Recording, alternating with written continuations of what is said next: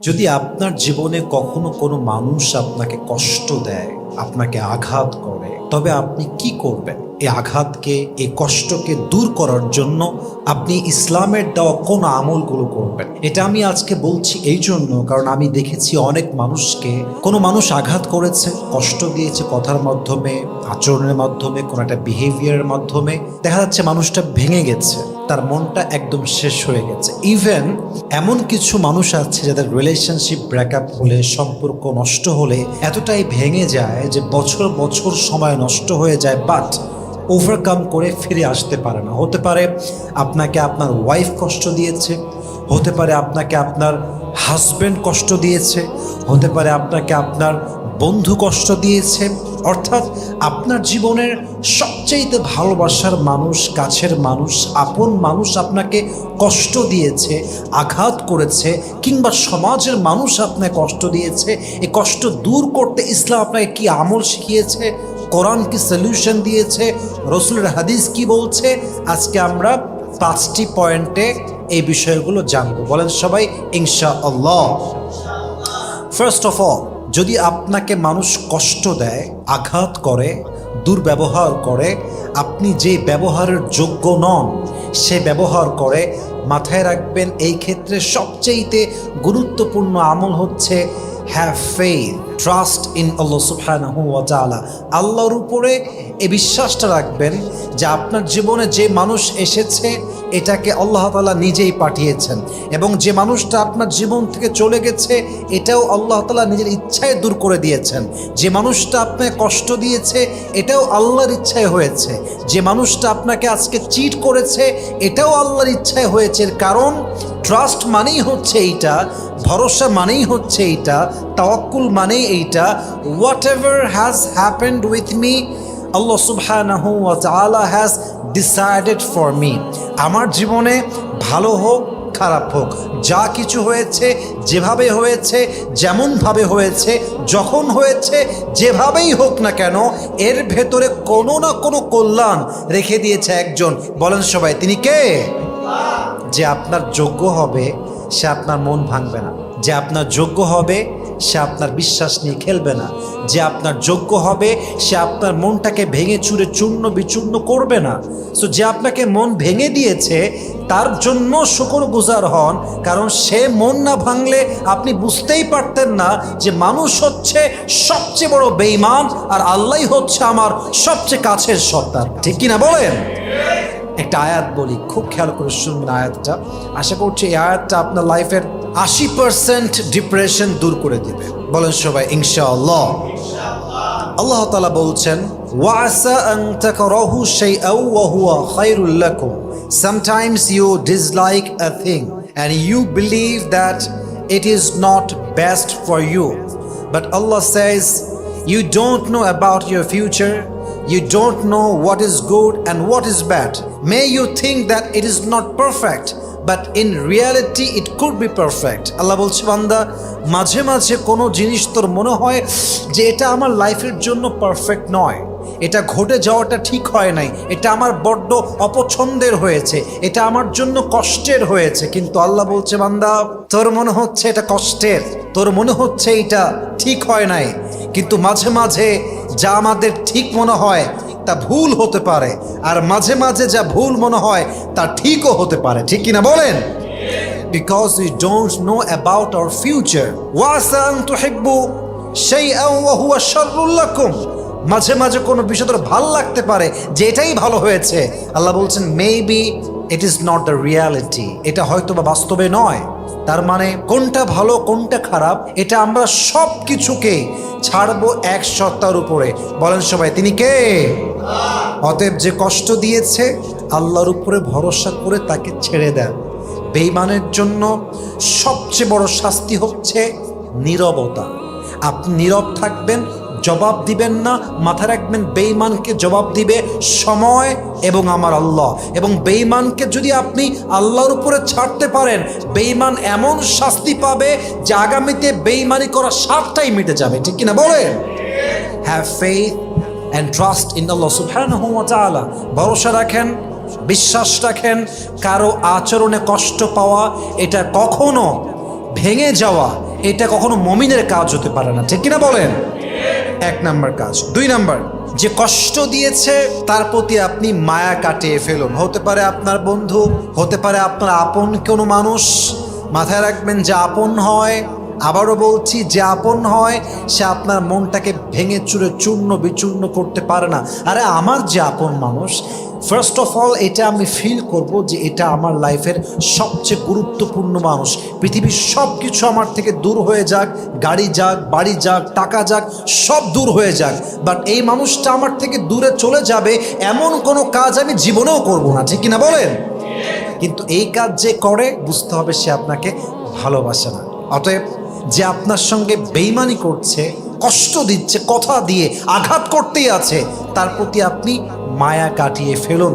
কারণ মায়া এক নির্লজ্জ অনুভূতির নাম। মায়াটা হাজার চেষ্টা করলেও আসে না, আবার যখন চলে আসে হাজার চেষ্টা করলেও মানুষ মায়াটা কাটায় উঠতে পারে না।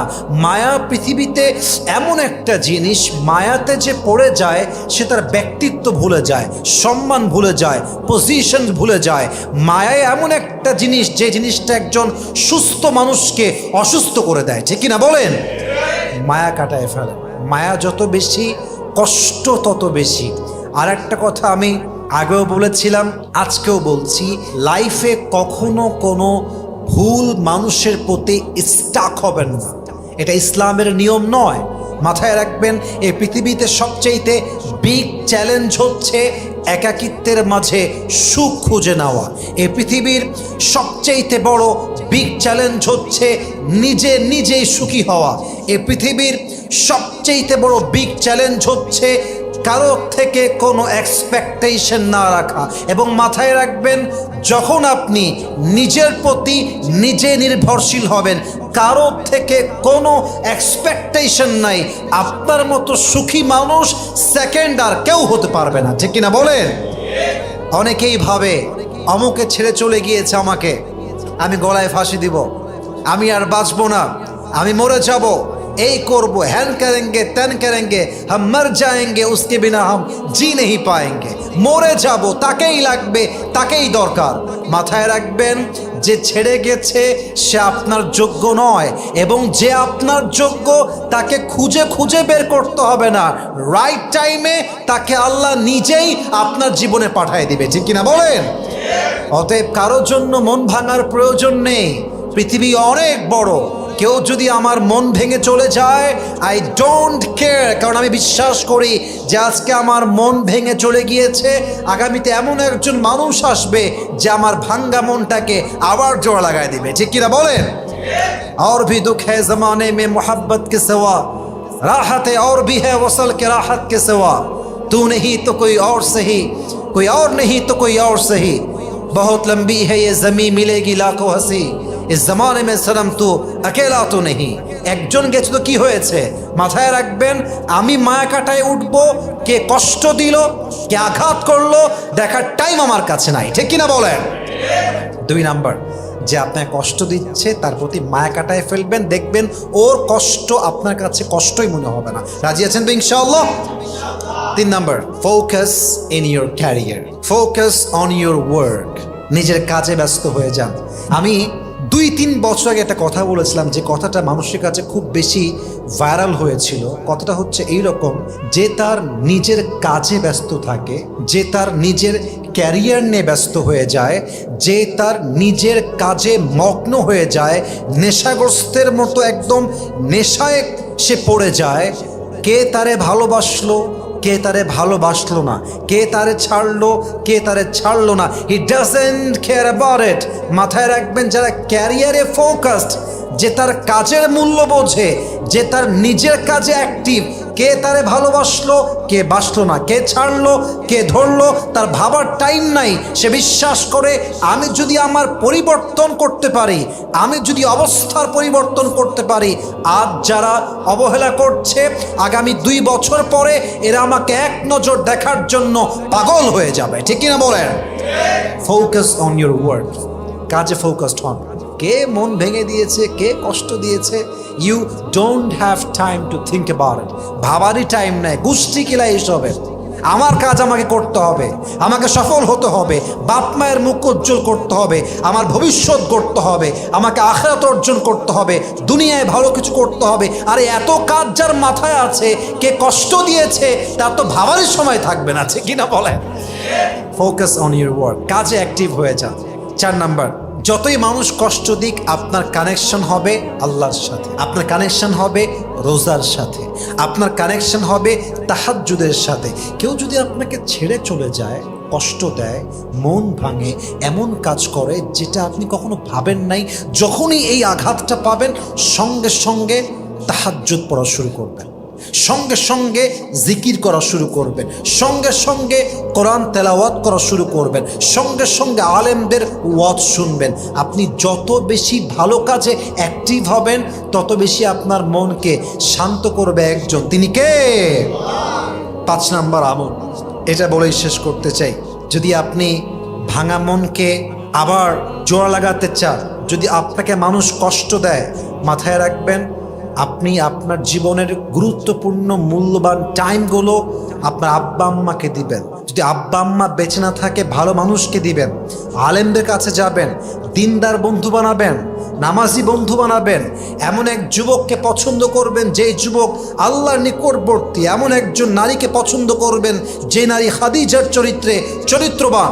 মাথায় রাখবেন, যা দিনদার হয়, যে আল্লাহর কাছে বন্ধু হয়, তারা কখনো মানুষের মন নিয়ে খেলতে পারে না, তারা মানুষকে আঘাত করতে পারে না, তারা মানুষকে কষ্ট দিতে পারেই না।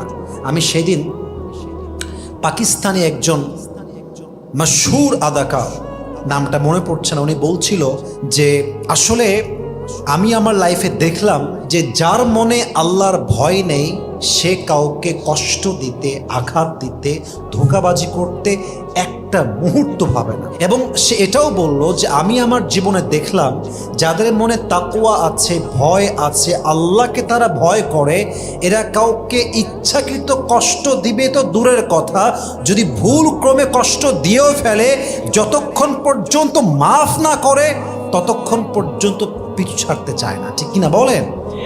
This is the reality, this is the reality. অতএব আব্বা আম্মাকে সময় দেন, ভালো মানুষ খুঁজুন। ইয়া আইয়ুহাল্লাযীনা আমানুত্তাকুল্লাহা ওয়া কুনু মা'আস সাদিকিন, হে ঈমানদারেরা তোমরা এমন মানুষদের সঙ্গে থাকো যে মানুষগুলো হচ্ছে কুনু মা'আস সাদিকিন, সত্যবাদী, ঈমানদার, নেককার, দিনদার, মুত্তাকি, এদের সঙ্গে তোমরা থাকবা।